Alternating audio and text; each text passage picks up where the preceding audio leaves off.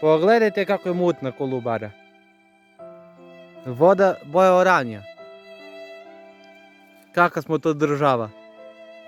Sram bilo u državu. Ovo je moglo da bude raj na zemlji.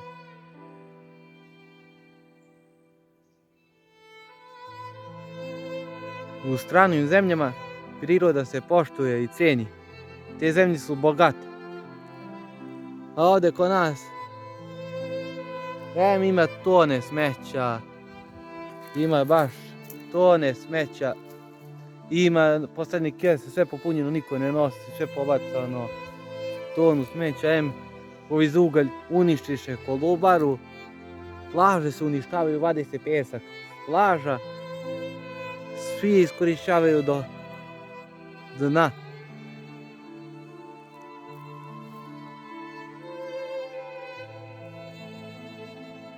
Bruka.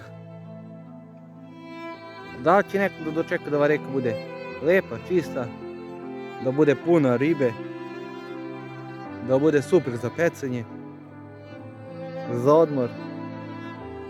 I ćemo budemo ovakav narod, da nam sve bude prljavo i zagađeno.